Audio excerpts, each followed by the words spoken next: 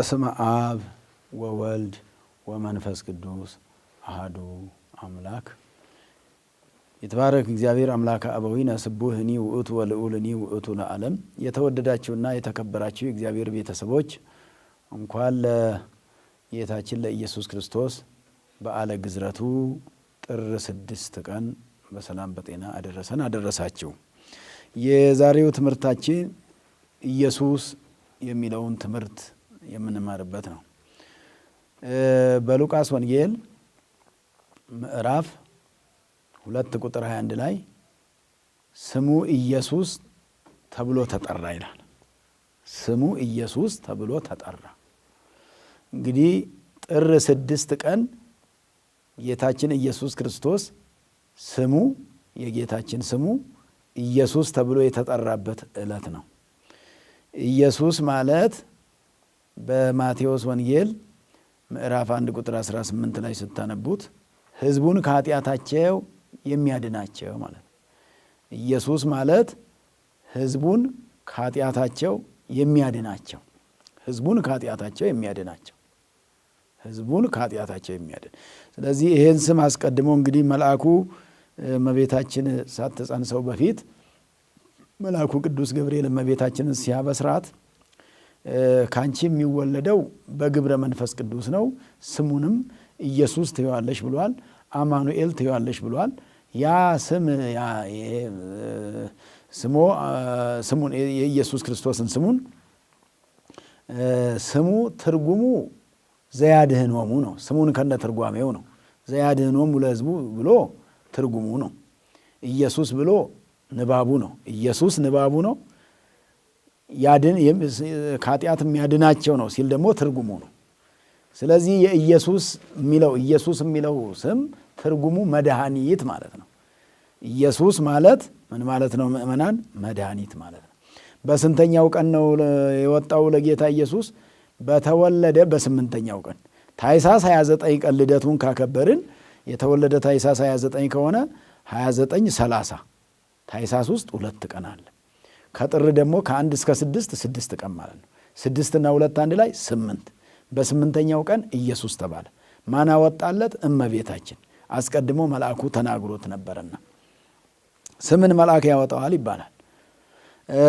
ስለዚህ ለምንድን ነው በ8ኛው ቀን ስም ይወጣለት ሲባል እንግዲህ ሕገ ግዝረት የግዝረቱ ሕግ ለእስራኤል ነበር የተሰጠው። ሕዝብና አሕዛብ የሚለዩት ሕዝበ እግዚአብሔር ሕዝበ እስራኤል በግዝረታቸው፣ አሕዛብ በቁልፈታቸው። ሕዝብ የሚባለው በመገረዛቸው ይለያሉ፣ አሕዛብ የሚባሉት ባለመገረዛቸው። ስለዚህ በብሉይ ኪዳን ከአብርሃም ዘመን ጀምሮ እስከ ክርስቶስ ወደዚህ ዓለም መምጣት ድረስ ግዝረት አንድ ሕግ ነበር። አንድ እንደ ሃይማኖት ተይዞ ይኖር የነበረ ነው። ሃይማኖት ነበረ በብሉይ ኪዳን። አሁን በአዲስ ኪዳን ግን ጥምቀት ከተተካበት በኋላ ግዝረት እንደ ሃይማኖት አይደለም፣ እንደዚሁ ዝም ብሎ እንደ ልማድ ሆኖ የሚኖር ነገር ነው። ስለዚህ እንግዲህ አብርሃምን እግዚአብሔር ስርዓተ ግዝረቱን ሲሰጠው ወንዱ ሲወለድ በ8ኛው ቀን ስርዓተ ግዝረት እየፈጸምክለት ስም ታወጣለታለህ ተብሏል። ይስሐቅ የተገረዘው አብርሃምን ተገዝረ እንዘ ምዕት ክረምቱ ይላል። አብርሃም በ100 ዓመቱ ነው የተገረዘው። ምክንያቱም ካደገ ትልቅ ሰው ከሆነ በኋላ ነው ስርዓቱ የመጣውና ከሱ በኋላ ያሉ ልጆቹ ግን ይስሐቅ በ8ኛው ቀን፣ ያዕቆብም በ8ኛው ቀን። ያዕቆብ ማለት የአብርሃም የልጅ ልጁ ነው። እስራኤል 12ቱ ነገደ እስራኤልም እንደዚሁ በተወለዱ በ8 ቀናቸው ልክ እኛ በአዲስ ኪዳን አሁን በ40 ቀናችን ክርስትና እንደምንነሳው በብሉይ ኪዳን በተወለዱ በ8ኛ ቀናቸው ስርዓተ ግዝረት ይፈጸምላቸዋል፣ ስም ይወጣላቸዋል። ይህን ሕግ የሰጠው ለቤተ እስራኤል ለሰዎች ልጆች ይህንን ሕግ የሰጠው እግዚአብሔር ራሱ ነው። ይህን ራሱ የሰጠውን ሕግ ደግሞ እንግዲህ እሱ እንደተናገረው የማቴዎስ ወንጌል ምዕራፍ 5 ቁጥር 17 ላይ ስታነቡት ይመጻይኩ ሰአሮሙ ለኦሪት ወለነቢያት፣ ኦሪትን ነቢያትን ልሽር አልመጣሁም ዘእንበለ ዳእሙ ከመ እፈጽሞሙ እፈጽማቸው ዘንድ ነው እንጂ እንዳለው ሁሉ ሕገ ኦሪትን ልሽር አልመጣሁም ልፈጽም ነው የመጣው ስላለ ይሄን ሕግ ስርዓተ ግዝረትን የሰጠው እርሱ ስለሆነ እንግዲህ ወገብረ ይላል ያደረገው በሕገ ኦሪት የሰራው ማለት ነው። በሕገ ኦሪት ያሉትን ሁሉ ይዋጃቸው ዘንድ ወገብረ በሕገ ኦሪት ከመይሳየጦሙ ለእለ ውስተ ኦሪት በኦሪቱ ውስጥ ያሉትን ይዋጃቸው ዘንድ በሕገ ኦሪቱ ሕግን ፈጸመ ይላልና በስምንተኛው ቀን በኦሪቱ ሕግ መሰረት ጌታ ኢየሱስን ወደ ቤተ ግዝረት ወሰዱት ነው። መጥተው ይግረዙኝ አላለም፣ ወሰዱት ነው። ስለ ትሕትናው ነው ወሰዱት የሚለው። ወአመሰሙን ዕለት ወሰድዎ ለሕፃን ከመ ይግዝርዎ ቅዱስ ያሬድ በድጓው በስምንተኛው ቀን ሕፃኑ ኢየሱስን ሊገዝሩት። ሕፃኑ እንግዲህ ኢየሱስ የሚለው ከቤተ ግዝረት ነው የሚገኘው ስሙ። እስከዛ ድረስ ሕፃኑ እየተባለ እረኞቹ በልደቱ ቀን ስላወጡት መድኃኔ ዓለም እየተባለ ነበር የቆየው 8ቱን ቀንና በስምንተኛው ቀን ግን ያ ኢየሱስ የሚባለው ስም ሊሰጠው በዚህ ስም ሊጠራ ወደ ቤተ ግዝረት ሄደ። ኢየሱስ ክርስቶስ ወደ ቤተ ግዝረት ወሰዱት። እንግዲህ ምላጭ ይዞ ቀረበ። ያ የሚገርዘው እንግዲህ የጌታ ኢየሱስ ክርስቶስ ደም የሚፈሰው በመስቀል ላይ ነው። በትንቢት የተነገረው በቀራንዮ አደባባይ በመስቀል ላይ ደሙ እንደሚፈስ ነው። ስጋው እንደሚቆረስ ደሙ እንደሚፈስ የተነገረው በሐሙስ ዕለት ወበመንፈቃ ለዕለት እትወለድ እወለዳለሁ አለ። 5 ቀን ተኩል ሲፈጸም እወለዳለሁ። እትወለድ ወለተ ወለትከ ከልጅ ልጅ ከማርያም እወለዳለሁ። ወእድህ ኩስተ መርህብከ በሜዳው ላይ ሄዳለሁ። ወእቤዝወከ በሞቴ ወበመስቀሌ በመስቀሌ ወበሞቴ በመስቀል ላይ ተሰቅዬ ሞቼ አድንሃለሁ ብሎ ተስፋውን ለአዳም ከ100 ዓመት ሱባኤ በኋላ ነግሮት ስለነበረ ያ ቃል የሚፈጸመው በመስቀል ላይ ነውና አሁን ግን መስቀል ገና ነው። ገና ሕፃን ነው ኢየሱስ። 8ኛው ቀን ነው። በምድር ላይ 33 ዓመት ከ3 ዓመት መኖር ያስፈልገዋል። ሐዋርያትን ማስተማር ይገባዋል። ገና በ30 ዓመቱ በዮርዳኖስ ወንዝ መጠመቅ ይኖርበታል። ይህ ሁሉ ገና ወደፊት ስለሆነ ብዙ የምስጢረ ሥጋዌ ስራዎች የአዲስ ኪዳን ስራዎች ገና ስለሆኑ በዛ ጊዜ ጌታ ኢየሱስ ክርስቶስ ደሙ እንዲፈስ አላደረገም። ያ የሚገርዘው ምላጩን ይዞ ቀረበ። ምላጩ በእጁ ላይ ውሃ ሆነ፣ ቀለጠ ይላል። የጌታ አካሉ እንዳይቆረጥ ቀለጠ። ምላጩ ሲቀልጥ ያ ገራጁ ደግሞ ደነገጠ። ሲደነግጥ ሲያየው የጌታ አካል በተአምራት ተገርዞ ታየ ነው። በተአምራት ስርዓተ ግዝረቱን ፈጸመ ነው። ስርዓቱም አልቀረም። በቀራንዮ የሚከናወነው ደግሞ እዚህ ላይ አልሆነም ማለት ነው። ምንም ሳይዛባ እግዚአብሔር ሲሰራ አይዛባበትም፣ አይቀላቀልበትም፣ አይምታታበትም። ይሄ እኛ አሁን እዚህ ስንማርም ስናስተምርም እንደሚምታታብን እኛ 10 ነገር እንደምናስበው አይደለም። የእግዚአብሔር ስራ ቀጥ ያለ ነው። ወዲያም ወዲህም አይልም። ግዝረቱን መፈጸም ያለበት ሕጉን የሰጠ ራሱ ስለሆነ ነው። ደሙ እዛ ደግሞ በዚህ በገራጁ እጅ ፊት እንዳይፈስ የፈለገው ደግሞ ትንቢቱን ያናገረው በመስቀል ላይ ተሰቅዬ ደሜን አፈሳለሁ ነው ያለው። ዓለምን የሚያጸዳው በመስቀል ላይ ተሰቅሎ ደሙን አፍሶ ነው። እዚህ በአንድ ግለሰብ ቤት ውስጥ ገብቶ አይደለም ድነቱ። በመልዕልተ መስቀል በቀራንዮ አደባባይ ወገብረ ሰላመ በደመ መስቀሉ ለእለ በሰማይ ወለእለ በምድር እንዳለው ቅዱስ ጳውሎስ ቆላስይስ ምዕራፍ 1 ቁጥር 20 ላይ በደመ መስቀሉ በሰማይም በምድርም ላሉት መድኃኒትን አደረገ፣ ድነትን አደረገ፣ ሰላምን አደረገ እንዳለው ያኔ ነው የሚፈጸመውና ዛሬ ሕገ ኦሪትን መፈጸም ነው ዓላማው። አሁን ዓለምን ማዳን ሳይሆን በ8ኛው ቀን ምን ማድረግ ነው? ሕገ ኦሪትን መፈጸም ነው። ራሱ የሰራውን ሕግ የሚያፈርስ አይደለም ነው። ሰው ቢሆን እንግዲህ ዛሬ ራሱ የሰራውን መልሶ ያፈርሰዋል። ጠዋት ያለውም ማታ አይለውም፣ ማታ ያለውም ጠዋት አይለውም።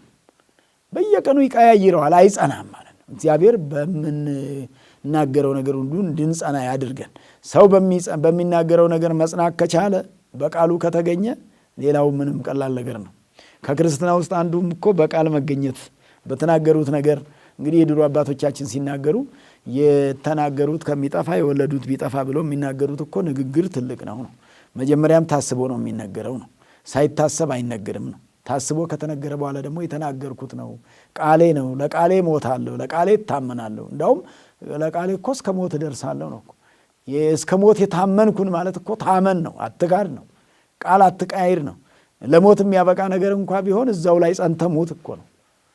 በእውነተኛ ነገር ላይ ማለት ነው። በማይሆን ነገር ሳይሆን በሚሆን ነገር ላይ እስከ ሞት የታመንኩን ተብሎ የተነገረን ይሄ ስለሆነ መታመን ያስፈልጋል። እግዚአብሔር ለቃሉ የታመነ ነው። ራሱ የሰጠውን ሕግ ይታመንበታል። ራሱ የሰጠውን በብሉይ ኪዳን የሰጠውን ሕግ በአዲስ ኪዳን ወደዚህ ዓለም ሲመጣም አላፈረሰውምና ለዚህ ስርዓተ ግዝረቱ በ6ኛው ቀን ተፈጽሞ ማነው በጥር 6 ቀን ነው የምናከብረው። ቀኑ 8 ነው ከተወለደ ጀምሮ ሲቆጠር ጥር 6 ቀን ኢየሱስ ተብሎ ስሙ የተጠራበት ዕለት ስለሆነ ለዚህ በዓል ቀን እንኳን በሰላም በጤና አደረሰን አደረሳችሁ ነው። ኢየሱስ እንግዲህ የትናንትም የዛሬም ነው ይላል መጽሐፍ ቅዱስ። ኢየሱስ የትናንትም የዛሬም። በዚያ ቅዱስ ጳውሎስ በዕብራውያን ምዕራፍ 13 ቁጥር 8 ላይ ስታነቡት ኢየሱስ የትናንትም የዛሬም የነገም፣ የትናንት ማለት ትናንትና በነበሩ አባቶቻችን ላይ አድሮ ያስተምራል አለ። ዛሬ ቅዱስ ጳውሎስ በተነሳበት ዘመን ነው። ይሄ ስም ትልቅ ስም ነው። ይሄ ስም ክቡር ስም ነው። ይሄ ስም ሰይጣንን የሚያንቀጠቅጥ ስም ነው። ይሄ ስም እኛን ለድነት ያበቃን ስም ነው። ይሄ ስም ሕይወት ነው። ይሄ ስም ዘላለማዊ ነው። ይሄ ስም ኃይል ያለው አጋንንትን ያስንቀጠቀጠ አጋንንትን ያባረረ ሰውን ነፃ ያወጣ ነው። ከባርነት ነፃ ያወጣን ስም ነው ኢየሱስ ማለት። ኢየሱስ ክርስቶስ ጥዑመ ስም ለዘይጼውኦ፣ ለሚጠራው ሰው ሁሉ ጥዑመ ስም ነው። በአንደበት ላይም ይጣፍጣል። የሚጣፍጥ የስም ጣፋጭ ነው አለ። የስም ጣፍ ኢየሱስ ክርስቶስ ህብስተ ሕይወት ለዘይበልኦ፣ ለሚበላው ደግሞ የሚበላ ህብስት ነው አለ። ይሄ ስም ይበላል። ኢየሱስ የሚበሉት ነው አለ። ለሚበላው ህብስት ነው። ህብስተ ሕይወት ለዘይበልኦ፣ አምኖበት ለሚበላው እኔ ከሰማይ የወረድኩ ህብስት ነኝ ያለ፣ ህብስተ ሕይወት ዘወረደ እምሰማያት፣ ከሰማይ የወረደ እንጀራ ነኝ ያለው ኢየሱስ እኮ ነው። እንጀራ የሆነው እኮ ኢየሱስ ነው። የተበላው ኢየሱስ ነው። የተጠጣው ኢየሱስ ነው። ያዳነን ኢየሱስ ነው። ከእመቤታችን የተወለደ ኢየሱስ ነው። እመቤታችንን ያከበረ ኢየሱስ ነው። እመቤታችንን ከፍ ከፍ ያደረገ ኢየሱስ ነው። ጻድቃን ሰማዕታትን ከፍ ከፍ ያደረጋቸው ኢየሱስ ነው። ሊቃውንቱን ከፍ ከፍ ያደረጋቸው ኢየሱስ ነው። አባቶች እናቶችን ከፍ ከፍ ያደረጋቸው ኢየሱስ ነው። ስለዚህ ኢየሱስን የኢትዮጵያ ኦርቶዶክሱ ቤተ ክርስቲያን በደንብ ታውቀዋለች፣ ታነበዋለች፣ ትተረጉመዋለች፣ ትዘምረዋለች። በጸናጽሉ በመቋሚያው በሰዓታቱ እሱን ነው የምታመሰግነው። ይሄ ነው ኢየሱስ ማለት። ኢየሱስ ክርስቶስን ከኢትዮጵያ ኦርቶዶክስ ተዋሕዶ ቤተ ክርስቲያን በፊት የሚያውቀው ማንም አልነበረም። ከእሷ በኋላ ነው ሌላ ሁሉ አወቅኩት ያለው። ኢየሱስን ከኢትዮጵያ ኦርቶዶክስ ተዋሕዶ ቤተ ክርስቲያን በፊት ያወቀው ማንም የለም። ቤተ ክርስቲያኒቱ ናት ያስተማረችው። በ34 ዓመተ ምህረት ነው እኮ ኢየሱስ ያለችው የኢትዮጵያ ኦርቶዶክስ ተዋሕዶ ቤተ ክርስቲያን። ገና ኢየሩሳሌም ላይ ከመቃብር ተነስቶ ወደ ሰማይ ሲያርግ የዕርገቱ ዕለት እኮ ነው። በ34ኛው ዓመት የዕርገቱ ዕለት እኮ ነው። 33 ዓመት ከ3 ወር ማለት የዓመት ተፈጽሞ በ34ኛው ዓመተ ምህረት ነው ኢየሱስ ብላ ያመሰገነችው፣ ኢየሱስ ብላ የጸለየችው፣ ኢየሱስ ብላ ለምእመናን የነገረችው፣ ኢየሱስ አድኖናል ያለችው የዛለት ነው።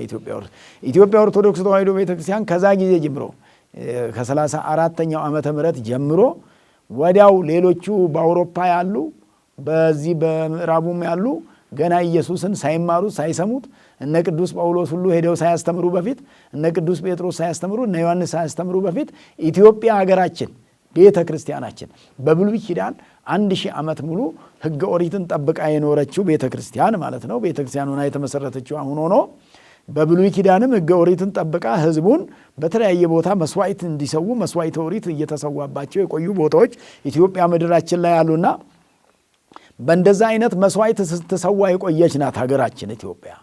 በኋላ ደግሞ በአዲስ ኪዳን ቤተ ክርስቲያን አነጸች። መስዋዕት ሐዲስን መስዋዕት ወንጌልን አከናወነች። ከመቼ ጀምሮ? ከ34 ዓመት ጀምሮ። ከዛ ጊዜ ጀምሮ ኢየሱስን እስካሁን ድረስ እየጠራችው ነው ያለችው ማለት ነው። ከዛ ጊዜ ጀምሮ እስካሁን ድረስ ኢየሱስን ስሙን እየጠራች በማይሌቱ በውዳሴው በቅዳሴው ቅዳሴ በሙሉ እኮ ውስጡ ያለው ኢየሱስ ነው የሚለው። ስለ ህብስቱ ስጋው መሆን ነው የሚናገረው። ስለ ህብስቱ ስጋ መለኮት መሆን፣ ስለ ወይኑ ደመ መለኮት መሆን ነው ቅዳሴው የሚናገረው። ቅዱሳኑ ጻድቃኑ ሰማዕታቱ እኮ የምንላቸው እግዚአብሔር ያከበራቸው ናቸው። 14ቱ ቅዳሴያት እኮ የሚባሉት ከጌታ ኢየሱስ ክርስቶስ ቅዳሴ ውጪ ያሉት ስለ ጌታ የተነገሩ ነገሮች እኮ ናቸው። ቅዳሴ እኮ ዘሰለስቱ ምዕት ቢባል ሰለስቱ ምዕት ስለ እግዚአብሔር የተናገሩት ነው። ቅዳሴ ማርያም ቢባል አባ ሕርያቆስ ስለ እመቤታችን የተናገረው ነው። ቅዳሴ ዲዮስቆሮስ ብንል ዲዮስቆሮስ ስለ ጌታ ኢየሱስ የተናገረው፣ ስለ ልደቱ፣ ስለ ጥምቀቱ፣ ስለ ዕርገቱ የተናገረው እኮ ነው። ስለ ዳግም መምጣቱ የተናገረው እኮ ነው። ስለዚህ ቅዳሴው ወንጌል ነው በሙሉ ማለት ነው። ከወንጌል የተሰበሰበውን ነው እነሱ እንደ ዕለቱ እንደ ወቅቱ የሚገባውን ያስቀመጡት። ግማሹ ስለ ልደቱ ይናገራል፣ ስለ ጥምቀቱ ይናገራል፣ ስለ ዕርገቱ ይናገራል፣ ስለ ዳግም መምጣቱ ይናገራል። በዚህ መልክ መጽሐፍ ቅዱስ ነውና ኢየሱስ ማለት መጽሐፍ ቅዱሳችን ላይ ቅዳሴያችን ላይ ማይሌታችን ላይ ድጓችን ላይ ሰዓታታችን ላይ ያለው ኢየሱስ ነውና ለዚህ ነው ኢየሱስ ክርስቶስ ህብስተ ሕይወት ለዘይበልዑ መልክዐ ኢየሱስን ጸልየው የሱን መልክ ጸልየው ስሙን ጠርተው ጠግበው የሚውሉ አሉ፣ ጠግበው የሚያድሩ አሉ፣ ሳይለብሱ እንደለበሱ ሆኖ ደምቀው የሚታዩ አሉ። ስሙ ኢየሱስ እንደዚህ ነው። የኢየሱስ ሕይወት ይሄ ነውና ኢየሱስን ሕይወቱን በደንብ ካወቅንለትና ከተረዳንለት ለእኛ የከፈለው ዋጋም ትልቅ ነው። ስለዚህ ህብስተ ሕይወት ለዘይጸምዖ ይበልዖ ጽዋዐ መድኃኒት ለዘይጸምዖ እሱን ዕለት ዕለት እየተጠማ ለሚጠጣው ኢየሱስ ጠምቶኛል ልጠጣው ለሚል እንደ ጠማው እንዳይቀር እንዲጠጣ ማለት እንደ ጠማው እንዳይቀር ኢየሱስን ተጠምቶ የሚጠጣ ሁሉ ለሱ አይነቱ ሰው እሱን ለጠጣው እሱ የመድኃኒት ጽዋ ነው ማለት የመድኃኒት መጠጥ ነው ማለት ከመ ይባርኩነ ይፈኑ ወርዳኦ ለጸባኢነ ይጽቡ ወወልታኦ ነሲኦ ይላል።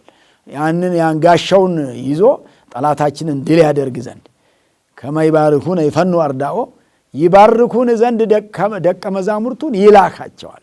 ይባርኩን ዘንድ የጌታ ደቀ መዛሙርት እንዲባርኩን የጌታ ደቀ መዛሙርት እንዲያዩን የኢየሱስ ደቀ መዛሙርት። ስለዚህ ጌታችን መድኃኒታችን ኢየሱስ ክርስቶስ እመቤታችን እሱን በሥጋ ወልዳው በስምንተኛው ቀን ኢየሱስ ብላ ስሙን ጠርተዋለችና በስሙ የተጠመቅን በስሙ የተጠራን በስሙ የተሰበሰብን ነንና ኢየሱስ ተብሎ ስሙ የተጠራበት ዕለት በዚህ ቀን ስለሆነ ለጥር 6 በዓለ ኢየሱስ ክርስቶስ ቀን እንኳን በሰላም በጤና አደረሰን አደረሳችሁ።